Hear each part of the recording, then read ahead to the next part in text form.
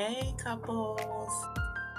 Welcome back to another episode of Hearts Wine from Harsh Distractions, where we dive deep into the real, the raw, and yes, sometimes the painfully awkward truths about love, relationships, and all the beautiful messiness that comes with trying to love and be loved. I'm your host, Alicia Minor Gaines, an entrepreneur, licensed marriage and family therapist, wife, mother, author, poet, mixologist, and so much more with over 20 years plus of experience in the relationship field.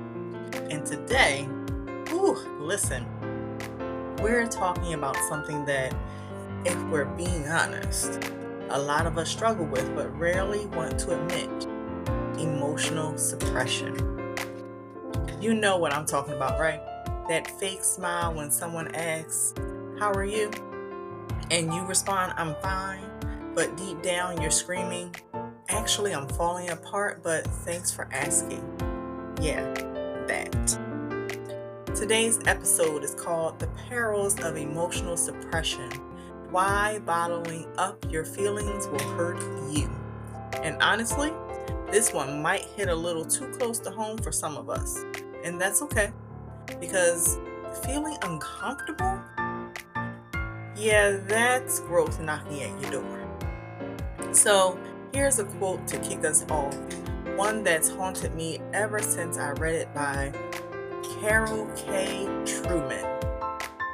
"Feelings buried alive never die." Think about that. When you shove your feelings down, you're not getting rid of them, are we? You're just planting little landmines inside yourself, waiting for them to explode when you least expect it. And in relationships, those landmines don't just hurt you. They blow up the us too. I like that line. They create distance. They breed resentment. They quietly and slowly kill the love you're trying so hard to protect. So today, we're going to break it all the way down. And we're going to cover the following: what emotional suppression actually is, why we learned to do it, how it damages not just ourselves but our relationships, and most importantly, how we can start healing. I think that's the most important part, right? And no, this isn't going to be a sit around and feel sorry for ourselves type of episode. We're diving into real strategies, I promise you. Real healing, real emotional freedom. Because y'all, life is too short to live emotionally constipated. Okay, I said what I said. Now buckle up and let's get into it with our glass of wine or favorite beverage, because we're going to unsuppress our wine. You know, those tears from the emotions we keep pushing down within ourselves. All right, let's start at the root. What is emotional suppression? Well, I'm going to tell you. It's not just not crying when you feel like crying. It's the habit, conscious or unconscious, of pushing down your true emotions so they don't inconvenience anybody. It's telling yourself it's not that bad of a deal. It's not that big of a deal. It's minimizing your own pain because somewhere along the way, you were taught that feeling deeply was weakness. Emotional suppression is survival until it's not. Here are some signs you might be suppressing your emotions. Saying, "I'm fine," when you're absolutely not. Getting irritable over small things because you're carrying a volcano inside. Yeah, I said volcano. Inside. Feeling exhausted but not knowing why. Struggling to connect emotionally even when you want to. And feeling numb, like you're alive but not really living. Now, let's talk about why we suppress emotions, because trust me, no one just wakes up one day and says, "You know what sounds fun? Emotional numbness." No, suppression is learned. here's where it gets deep. Sometimes we suppress to survive environments that weren't safe for our feelings. Sometimes it's generational. Emotional suppression was handed down like a family recipe. And sometimes it's cultural, taught to us by a society that says emotions make you weak, make you unstable, and make you too much. Maybe you grew up in a household where emotions weren't just discouraged, they were punished. You cried? I'll give you something to cry about. You got mad? Go to your room until you can act right. You showed fear? Stop being so dramatic. Over time, what did we learn? That feeling was dangerous. That vulnerability wasn't a doorway to connection. It was an invitation for shame. And here's the kicker. Suppression might have protected you back then. It helped you survive childhood. It helped you navigate unsafe spaces. But now, you're grown. You're in relationships where you crave deep soul-level connection. And the very thing that once protected you is now destroying your ability to be fully seen, fully loved, and fully known. Research from marriage and family therapy studies shows that emotional suppression is directly linked to higher rates of depression and anxiety, lower relationship satisfaction, increased risk of emotional burnout, and even physical health issues like high blood pressure and weakened immune systems. Yes, your body literally holds onto the pain you refuse to feel. I'm gonna let that one sink in. Maybe I might need to repeat that so y'all can really understand what that just said. Because yes, I said, yes, your body literally holds onto the pain you refuse to feel. The Gottman Institute, known for their groundbreaking research on relationships, also found that couples who avoid expressing difficult emotions are significantly more likely to divorce than couples who engage, even imperfectly, in emotional disclosure. Avoidance doesn't protect love, it poisons it slowly. Let's put it like this. Suppressing your emotions is like sweeping shattered glass under the rug. At first it looks clean, but eventually someone's going to bleed because you're about to step all over the head. And often in relationships, that someone is both of you, not just one of you. Now, maybe you're thinking, okay, but if I let all my feelings out, won't it just cause more problems? I think that's a fair question. And the answer is, not if you learn how to feel and express with skill. Let that sink in. Feeling emotions doesn't mean throwing tantrums. It doesn't mean yelling or blaming or making everything about you. It simply means being honest about your internal world. Imagine if you could say, I'm feeling overwhelmed right now and I need a minute. I'm feeling really disconnected from you today and it's scaring me. I'm hurting and I don't fully understand why yet. That's emotional honesty. That's intimacy. That's love. Because love without honesty, it's just performance. And y'all, we're too old and too wise to be out here performing for people we're supposed to be real with. All right, take a deep breath with me, because now we're about to get even deeper. In the next part of this segment that I'm about to share with you, we're talking about how bottling emotions doesn't just hurt you, it silently erodes the foundation of your relationship. Ooh, grab your emotional hard hats because we're about to start digging through the ruins. All right, so we've talked about what emotional suppression is and why we even do it in the first place. Now, let's talk about what happens when we make bottling up our emotions a habit, especially when it comes to the relationships we care about most.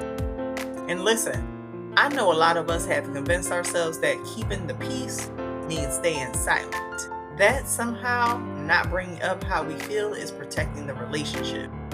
that not starting a fight is the loving thing to do. But y'all, let's call it what it is. Emotional suppression doesn't protect relationships. It quietly strangles them. So let's start with the first slow burn. Micro fractures in trust.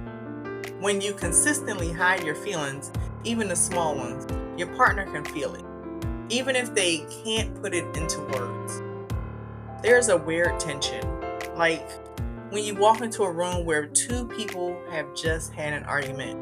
Nobody says anything, but you feel it, right? That's what emotional suppression does. It creates these invisible fractures where closeness used to live. Every unspoken hurt, every swallowed frustration, every I'm fine when you're really not, it chips away at the trust between you. And without trust, intimacy can't survive.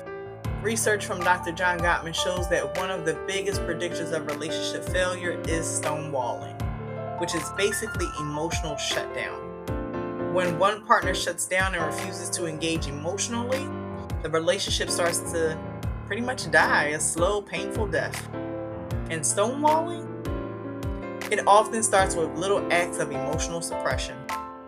Now let's talk about something even sneakier called resentment. Oof, the slow killer. You know what resentment really is? It's all the words you didn't say, building up inside you like pressure in a soda bottle. You keep tightening the cap, hoping you're doing the mature thing. But one day, pop, everything explodes. You wake up one day and you can't even look at your partner without feeling annoyed. Not because of what they did today, but because of everything you never let yourself say yesterday. It's like trying to carry a backpack full of rocks everywhere you go. Except those rocks are all the emotions you never expressed. And eventually that backpack gets too heavy to carry and you just, drop it. Sometimes dropping it looks like withdrawing. Sometimes it looks like snapping over stupid things. Sometimes it looks like, I don't love you anymore. When really, what you mean is, I don't know how to be honest with you anymore. Can we touch on the I'm fine epidemic? Let's be real. How many of us have weaponized I'm fine? You know what I mean? You're not fine. You're hurt, upset, scared, frustrated, but instead of saying that, you slap on the I'm fine like emotional duct tape. Here's the thing though. When you consistently I'm fine your way through conflict, you're not being loving, you're being avoidant. And emotional avoidance creates emotional distance. At first it feels small. You skip one deep conversation, you laugh off one misunderstanding, but over time, you start living parallel lives. You're together, you eat dinner, you watch Netflix, you pay bills, but you're not really together. You're two strangers coexisting under the same roof, each hiding your real selves out of fear of rocking the boat. And love, real love, can't breathe in that kind of airless space. I'ma let that soak in for a second. Okay, can we talk about when suppressed needs go looking elsewhere? And y'all, here's where it gets even messier. Suppressed emotional needs don't just disappear. They go looking for fulfillment elsewhere. This is where emotional affairs creep in. See, emotional affairs don't start because someone's a terrible person. They usually start because someone feels emotionally starved in their relationship and finds emotional oxygen somewhere else. It could be an innocent conversation with a coworker, a harmless DM from an old friend, a new hobby group where someone finally listens, really listens when they talk. And boom, suddenly you're emotionally invested outside your relationship, not because you wanted to cheat, but because emotional suppression left you desperate for connection. Let me tell you a quick story. There's a couple who've been together almost a decade. From the outside, they had the dream life. You know, the house, careers, 2 kids. But inside the relationship, nothing but silence. Every time one of them tried to express something real, the other one would shut it down. Don't make a big deal out of it. You're overreacting. Let's just move on, they would say. So they stopped trying. They got really good at coexisting and really bad at connecting. So fast forwarding to 2 years, one of them found themselves emotionally entangled with someone else. And it wasn't about sex. It was about being seen, being heard. And by the time they realized what was happening, it was almost too late to save what they had. Because suppressed emotions didn't just cause tension, they created a chasm. And that's what I want to say loud and clear today. Emotional suppression doesn't just hurt you individually. It rips holes in the very fabric of your relationship. If you think you're keeping the peace by staying silent, guess what? You're not. You're building a wall between you and your partner, brick by brick, brick by silent brick, I might add. And eventually, that wall gets so high, so thick, that you can't even see each other anymore. I'm going to pause there because I want that to sink in. Because if your wall is built that high that you can't see each other anymore, that connection is lost. All right. Deep breath. I know this is heavy, I know. But stay with me because there's a reason we're talking about this. Because naming the problem is the first step to healing it. In the next segment of this episode, we're going to talk about the physical cost of emotional suppression. Yes, it's not just hurting your heart, it's messing with your body too. We're about to get real about how holding in all that pain doesn't just make you sad, it literally can make you sick. So can y'all stick around a little longer because you don't want to miss this part. All right, so we've seen how emotional suppression can erode trust, connection, and intimacy between partners, right? But now let's talk about something people don't bring up enough. How bottling up your emotions doesn't just hurt your relationships, it hurts your body too. And no, this isn't some woo-woo idea. This is straight up science. I'm a science and math nerd, in addition to being a marriage and family therapist, if y'all didn't know. Thought I'd share that with y'all. So, in the groundbreaking book, which is good by the way, The Body Keeps the Score by Dr. Bessel van der Kolk. He explains that our bodies literally carry the unprocessed emotions we refuse to deal with. Your body doesn't forget what your mind tries to ignore. When you swallow your sadness, your body remembers. When you bottle your anger, your body remembers. When you deny your fear, your heartbreak, your disappointment, your body holds onto that energy like a debt you eventually have to pay. And that emotional debt, it starts showing up as very real physical problems such as chronic stress, high blood pressure, insomnia, anxiety and panic attacks, digestive issues, headaches and migraines, and a weakened immune system. How about those facts on the medical side? Stress hormones like cortisol go haywire when we suppress emotions over long periods of time. Your body stays locked in a low-grade state of fight or flight, even when there's no actual threat around. It's like your nervous system is stuck in traffic with no way to get off the highway. And over time, that wears you down, not just mentally, not just emotionally, but physically. You start feeling exhausted for no reason. You get sick more often. You wake up tired even after 8 hours of sleep. Your body is waving a white flag, begging you to pay attention to it. Can I share a story with y'all? There was someone who, for years, prided themselves on being low maintenance in their relationships. Never complained, never cried, always the rock for everybody else. But over time, they started having these weird panic attacks out of nowhere. Their body would just shut down.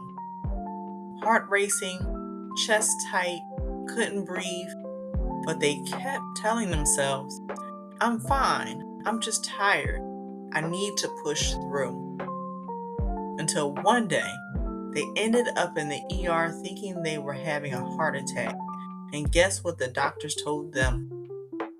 Their heart was physically fine. It was unfelt emotions that were suffocating them. That's how serious this is, people. When you don't give your feelings a voice, your body screams for you. Emotional health is physical health. I don't know how clear I can share that with you to get you to understand that. You can't separate them. You can't ignore one without the other eventually crashing down. So if you've been bottling up sadness, anger, loneliness, fear, whatever that emotion is for you, thinking you're being strong, listen carefully. Real strength is not pretending you're invincible. Real strength is feeling your emotions fully and letting them move through you without shame. Because what you suppress today, your body will express tomorrow. Promise you. Whew. Okay. Let's take another deep breath again, okay?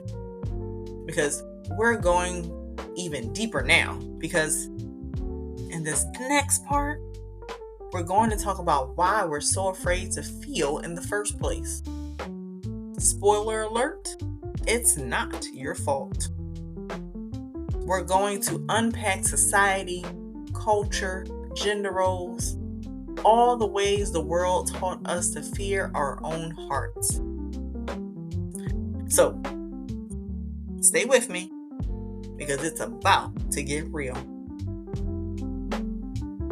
So, why is it that so many of us were practically trained to stuff our emotions down like bad cafeteria food? I know that was funny. But let's start with the obvious one, society. We live in a world that loves control. And feelings are messy. Feelings are unpredictable. Feelings don't fit neatly into a 5-year plan or spreadsheet. So society teaches us early to keep it together. Don't let them see you sweat. Don't catch feelings, catch flights. How many of y'all say that line? From the moment we're old enough to feel, we're being taught how to hide those feelings. Think about it. Now let's break it down even further with gender roles. If you were raised as a boy, chances are you were told or you even heard some version of, "Man up, boys don't cry, don't be a sissy." Translation, hide your vulnerability, stuff your sadness. Only anger is acceptable, and even that only in manly amounts. And if you were raised as a girl, You probably heard or was told, "You're too emotional. Stop being so dramatic. How about you need to smile more?" Translation: hide your anger. Downplay your frustration. Be pleasant at all costs, even when you're breaking inside. And if you are a woman of color, you're also told not to show the resting bitch face. Yep, I said it. I said what I said. Okay. Different cultures, yes, we're going into cultures now, have different rules about which emotions are okay and which ones are shameful. In some families, sadness is seen as weakness, and others, anger is forbidden. And others, still, you don't talk about feelings at all. You just pray about it and keep it moving. I know I done touched some of y'all religious people real quick. I mean, I'm religious and spiritual, but that one hit home. And for my LGBTQ plus folks listening, add another layer of suppression. You might have grown up being told that even who you love isn't acceptable. So it's no surprise if emotional honesty feels terrifying. When your very existence has been policed, feeling your full spectrum of emotions can feel like a revolutionary act. I know some of y'all feel me on that one. But here's the thing. Emotions are not optional. So why are we making them optional? They're not a bonus feature for sensitive people. They're not weaknesses to be surgically removed. They're literally part of what makes you human. Suppressing emotions doesn't make you stronger. It makes you smaller. And love, real deep lasting love, needs your full-sized heart, not the tiny censored version you were trained to show. So when we talk about healing emotional suppression, we're not just talking about fixing individual relationships. We're talking about dismantling entire systems that taught us it was safer to be fake than to be free.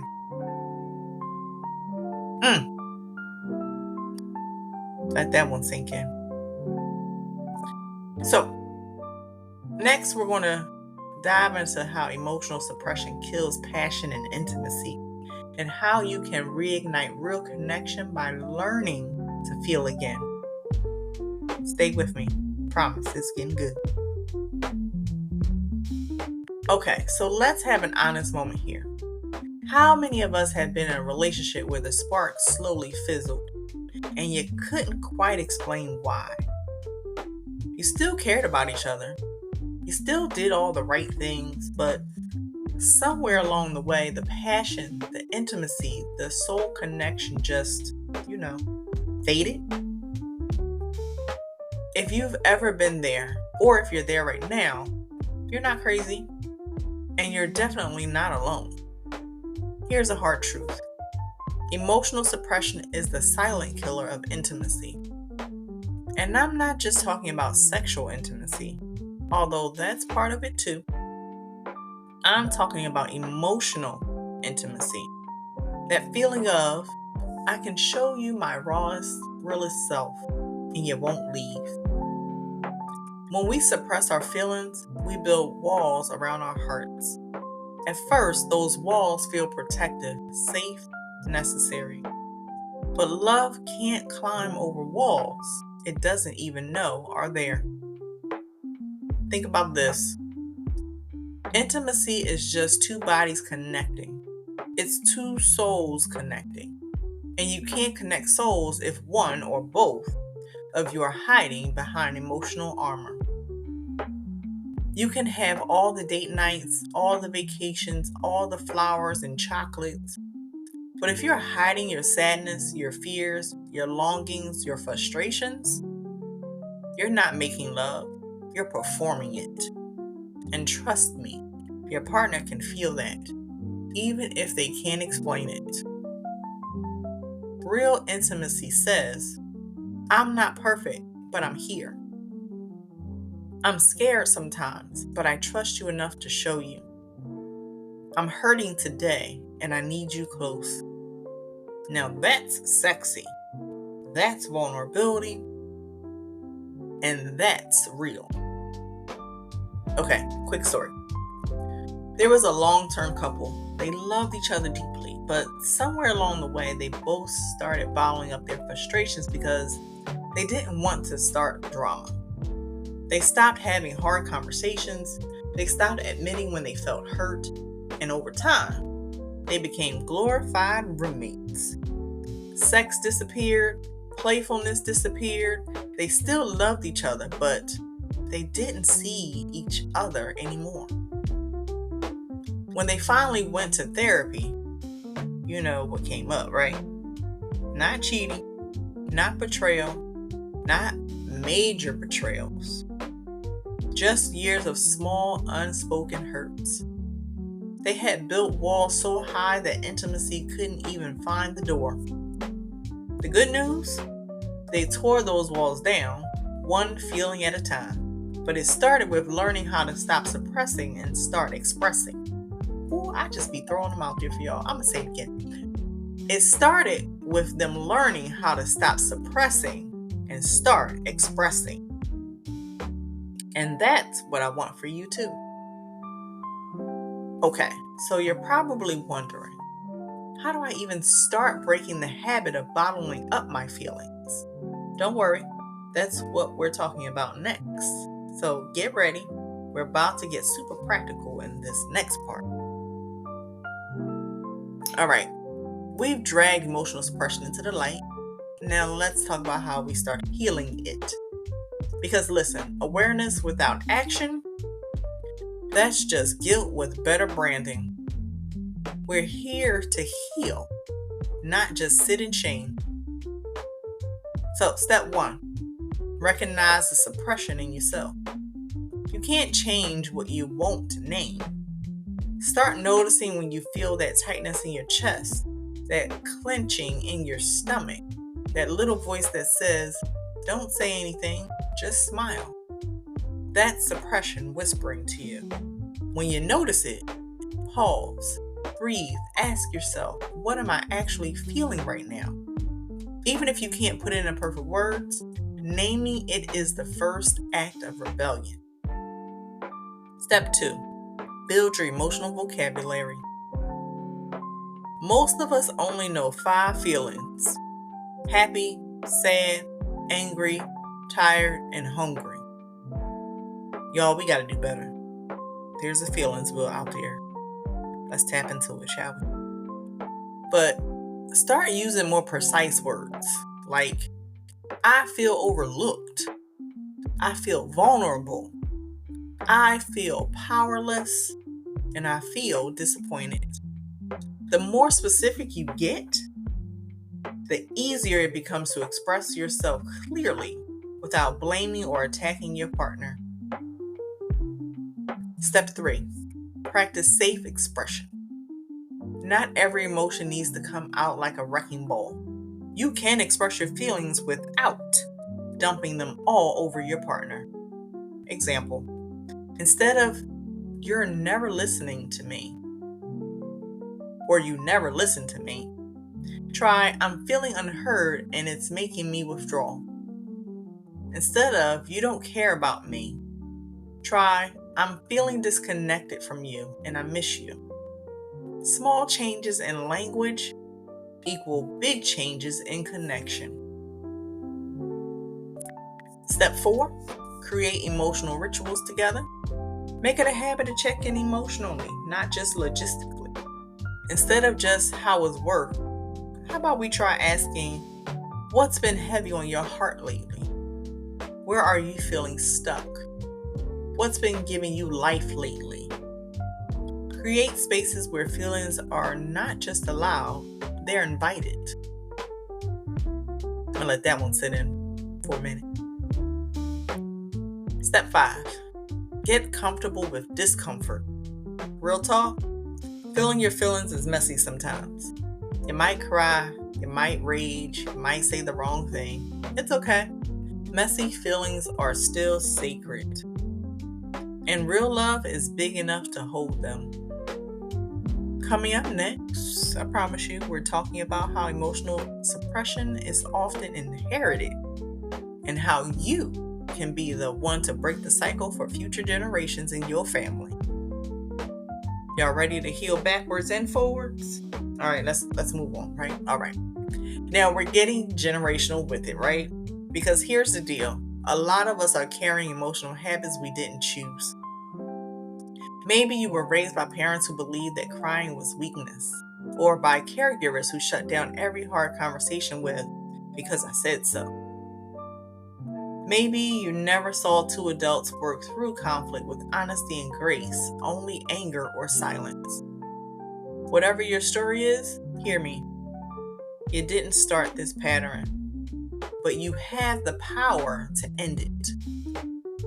Healing isn't just about you. It's about everyone who comes after you. When you learn to feel and express healthily, you teach your kids that feelings are safe. You teach your friends that vulnerability isn't scary. You teach your partner that emotional honesty builds connection instead of breaking it. You become the cycle breaker, the emotional architect of a new legacy. And listen, it doesn't mean you have to do it perfectly, because you won't. But every time you choose honesty over silence, you're changing the script. Every time you say, I'm feeling overwhelmed right now, instead of shutting down, you're changing the script. Every time you choose repair over resentment, you're healing generations of emotional avoidance. And that's no small thing. That's revolutionary love. All right. Whew. We're about to talk about the dark side of emotional suppression. You know, how it leads to betrayal. Yes, it's not pretty, but it's real, and we need to talk about it. Okay, so let's get through this thing that's real, and that's about to get real tough. When emotional needs are consistently ignored, inside ourselves or in a relationship, betrayal becomes way more likely. Betrayal doesn't always start with attraction. It often starts with emotional starvation. When you can't breathe emotionally at home, you start gasping for air anywhere else you can find it. Y'all heard me say emotional cheating, right? And emotional cheating often begins with confiding in someone outside your relationship more deeply than your partner. Feeling seen, heard, understood, where you don't at home, and turning to someone else for emotional comfort instead of working through it together. And it can happen to anyone. Good people, especially. People who never planned on hurting anyone. Suppressed emotions don't just sit quietly forever. They seek release somewhere. Can trust be rebuilt? Yes, but only if emotional honesty becomes non-negotiable.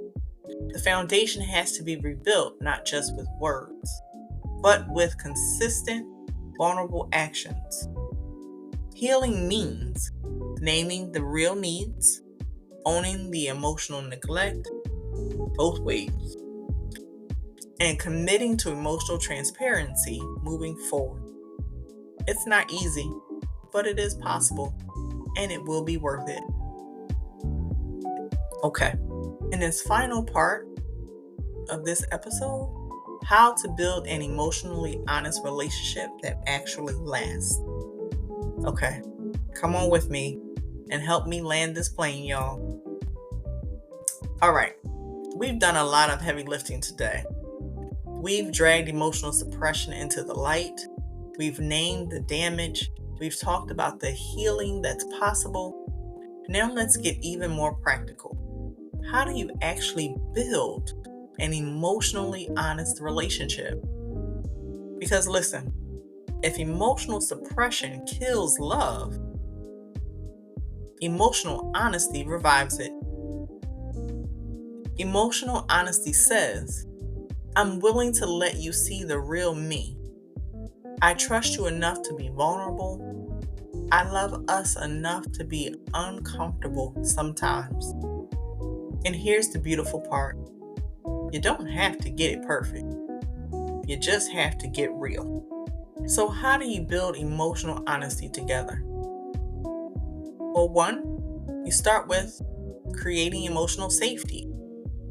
If your partner opens up to you, don't judge them.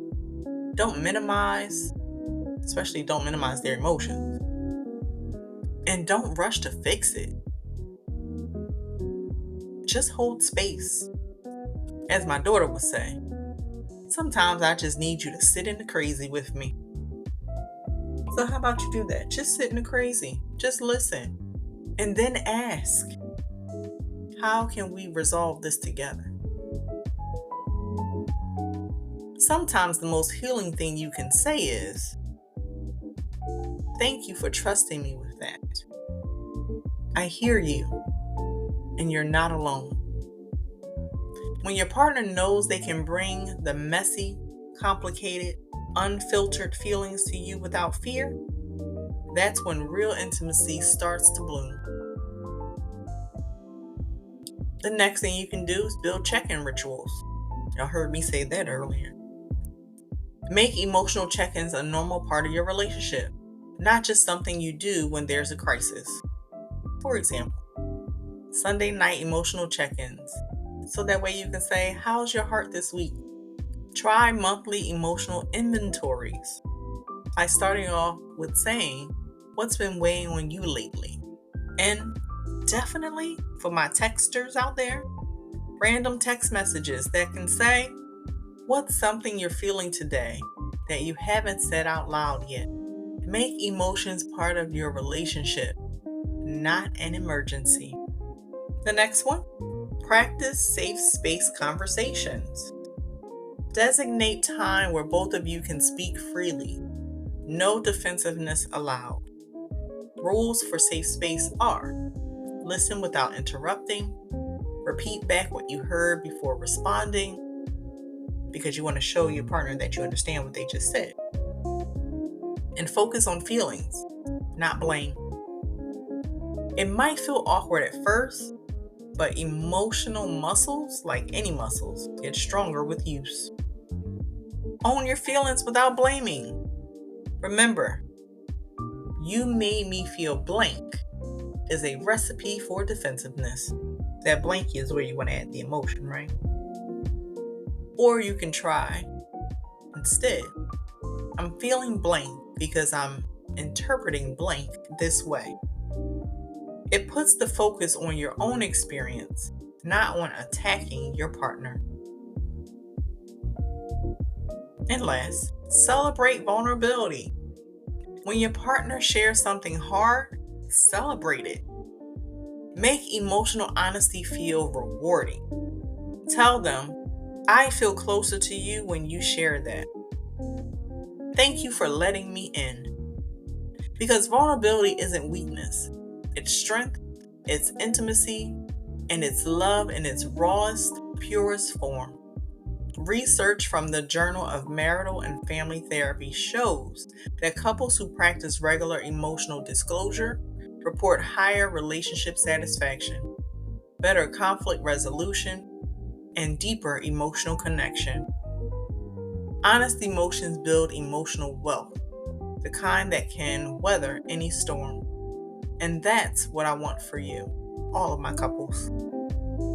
Not just love that survives, but love that thrives. Ooh, I like that one. I'm going to say it again. For all my couples out there, newly dating, in relationships, short-term, long-term, newly engaged, newly married, been married more than 5, 10, 20, 50 plus years. I want y'all to understand that what I want for all of you is to not just love each other in a way that y'all are just surviving, but love each other in a way that you're thriving. Let that soak in. All right, let's land this powerful episode together, shall we? Time for our closing thoughts and an invitation to step into a deeper, freer, more connected love. Because, today was a lot, but it was good work, necessary work, a good word for y'all to hear. We talked about the perils of emotional suppression, how bottling up your feelings doesn't just hurt you, it poisons your relationships, it sickens your body, it starves your soul. But we also talked about the way out, the way back to yourself, the way back to real connection, the way back to love, messy, honest, vulnerable love, that is. And I want to leave you with this final quote, one that always gets me right in the heart, by Brene Brown. Vulnerability is the birthplace of love, belonging, joy, courage, empathy, and creativity. Y'all, real love doesn't want your perfection. Real love wants your heart. Your messy, healing, beautiful, still learning heart. So here's your invitation. Speak your truth even when your voice shakes. Feel your feelings even when they scare you. Choose honesty even when silence feels safer. Because the only thing more dangerous than feeling too much is feeling nothing at all. And you, my friends, you weren't made to feel it all. Before we close, don't forget, subscribe to our YouTube channel at Hearts Wine from Hearts Distractions on YouTube for exclusive episodes and content. Visit our website at www.aliciasdistractions.com for more resources and updates. If you haven't gotten my poetry book, Distractions of the Heart, it is available on Amazon under my author name, Alicia Marie. And also, of course, follow us on social media, on Instagram, TikTok, Facebook, because I can't wait to keep growing with you, feeling with you, and loving with you. Until next time, feel deeply, love boldly, live freely. Cheers.